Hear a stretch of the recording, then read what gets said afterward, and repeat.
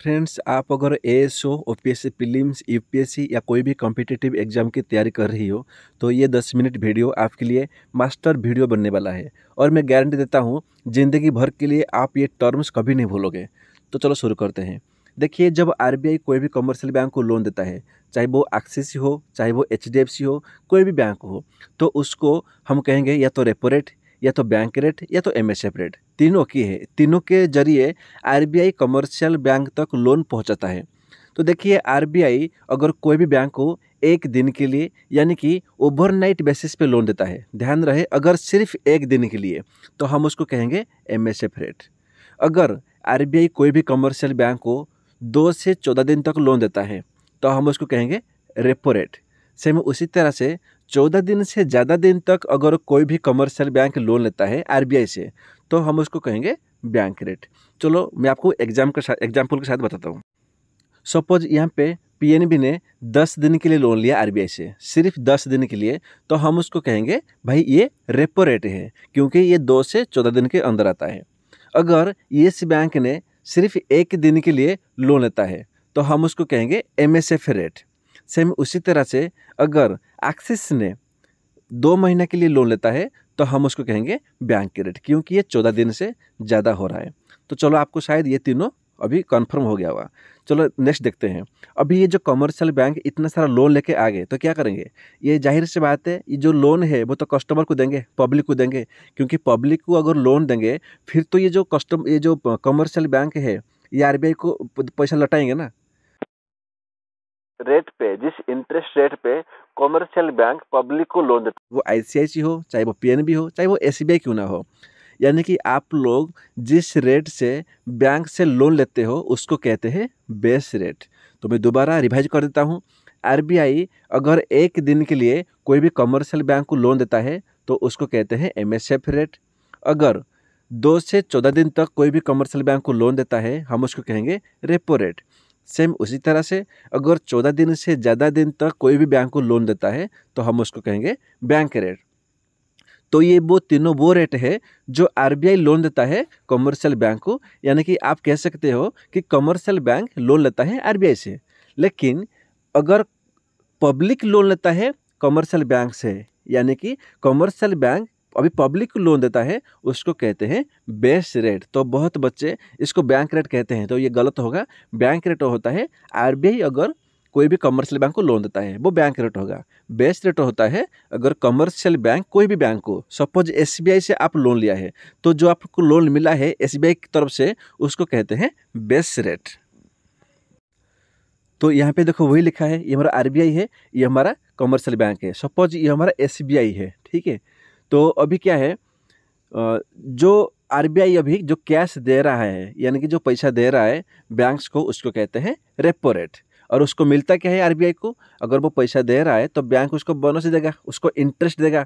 अगर आरबीआई से 10,000 करोड़ लिया है कोई भी बैंक, सपोज एसबीआई ने, तो एसबीआई ने सपोज उसको 10,000 लिया है तो ज़्यादा देगा ना भाई, इंटरेस्ट के साथ मिला के उसको 500 करोड़ 600 करोड़ एक्स्ट्रा देगा, तो इसको कहते हैं रेपो रेट। अभी देखते हैं रिवर्स रेपो रेट क्या है। देखिए, हमने पढ़ा था कि आरबीआई अगर बैंक को लोन देता है, ठीक है, यानी कि वो पैसा देगा और उसके बदले उसको इंटरेस्ट मिलेगा, तो हम उसको कहेंगे भाई ये हो गया रेपो रेट। लेकिन यहाँ पे उल्टा हो रहा है। यहाँ पे क्या है, बैंक कैश दे रहे हैं आरबीआई को, यानी कि जो कमर्शियल बैंक है वो लोन देंगे आरबीआई को। ये पीएनबी हो सकता है, ये हमारा एसबीआई हो सकता है, ये हमारा एचडीएफसी भी हो सकता है। अगर एक कमर्शियल बैंक लोन देता है आरबीआई को, यानी कि उसको कैश देता है, तो हम उसको कहेंगे ये रिवर्स रेपो रेट। रेपो यानी कि आरबीआई लोन देगा बैंक को, ये रिवर्स हो गया, उल्टा हो गया। अभी बैंक लोन देगा आरबीआई को, अभी आरबीआई उनको इंटरेस्ट देगा। जैसे रेपो में क्या होता था कि बैंक इंटरेस्ट देंगे आरबीआई को, यहाँ पे उल्टा हो जाएगा। यहाँ पे आरबीआई इंटरेस्ट देगा बैंक्स को। क्यों? क्योंकि आरबीआई ने खुद लोन लिया है कमर्शियल बैंक से।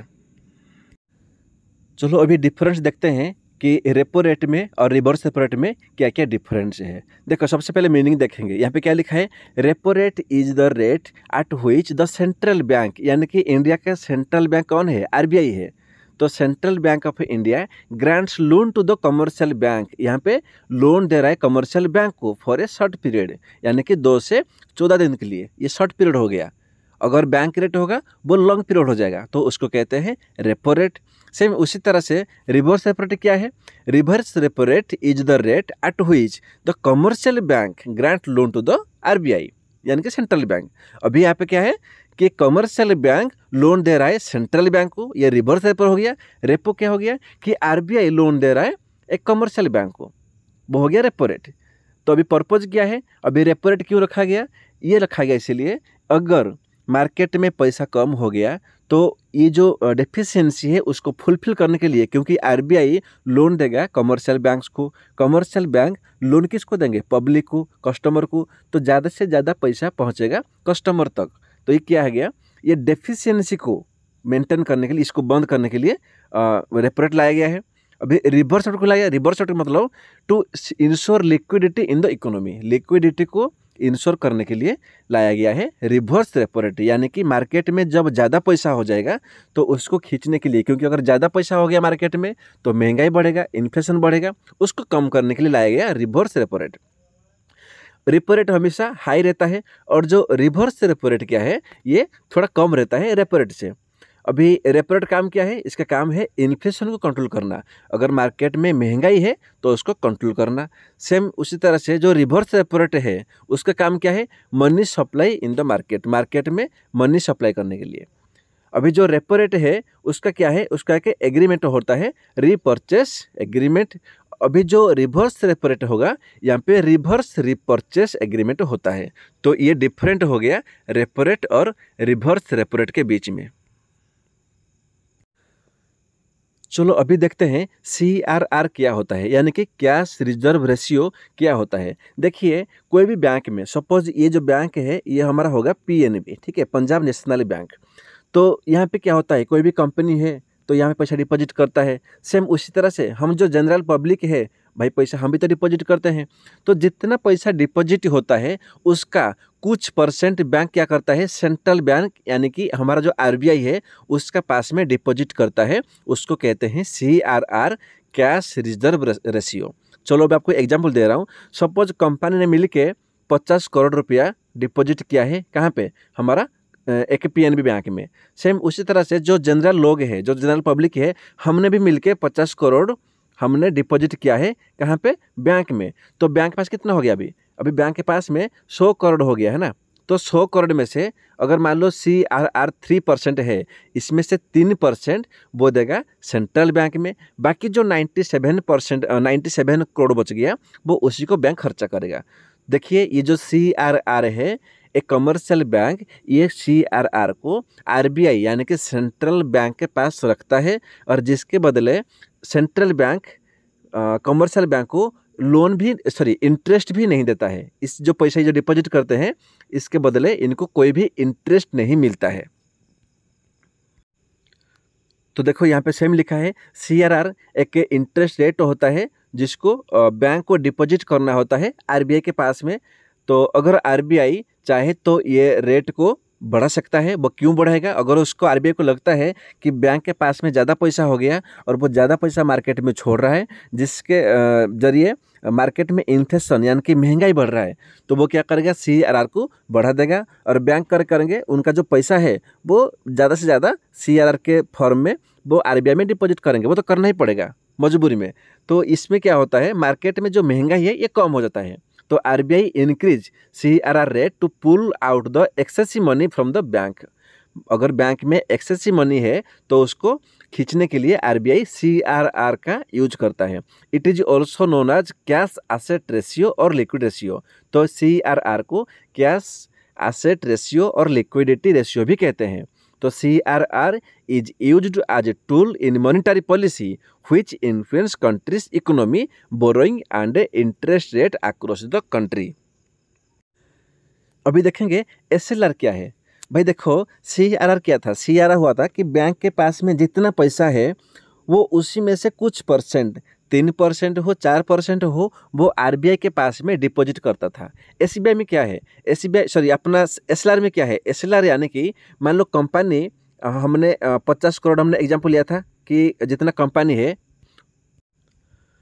उन्होंने मिलकर 50 करोड़ डिपॉजिट किया था और जो जनरल पब्लिक है उन्होंने भी 50 करोड़ डिपॉजिट किया था, जो हो गया था 100 करोड़। अभी ये जो 100 करोड़ है इसमें से 3% बैंक क्या कर दिया, CRR के फॉर्म में वो RBI में डिपॉजिट कर दिया। बाकी बचा कितना, 97 करोड़।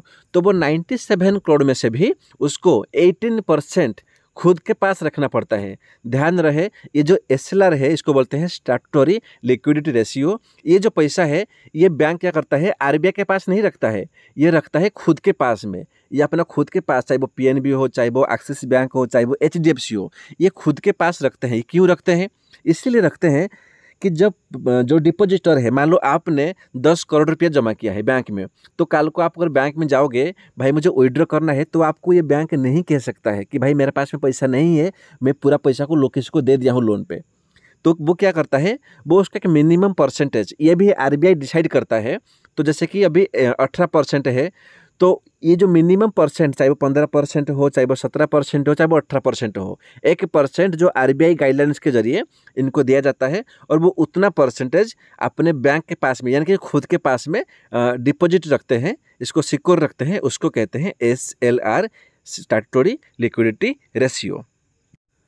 तो यहाँ पे देखो सेम लिखा है कि एवरी शेड्यूल्ड बैंक्स, चाहे वो कोई भी बैंक हो, शेड्यूल्ड बैंक हो in India, is required to maintain a minimum portion of their net demand time liability. जैसे कि वो कैश की फॉर्म में भी हो सकता है, चाहे वो गोल्ड की फॉर्म में हो, कोई भी फॉर्म में हो, लेकिन आपको जितना परसेंटेज बोला है RBI ने जितना आपको गाइडलाइंस दिया है कि इतना परसेंट आपको रखना पड़ेगा, तो ये लोग उतना परसेंट अपने पास रखते हैं, RBI के पास नहीं रखते हैं, ये खुद के पास रखते हैं। और इसका जो मैक्सिमम लिमिट है वो 40% है, मतलब 40% से ज़्यादा RBI इनका ऊपर चार्ज नहीं कर सकता है।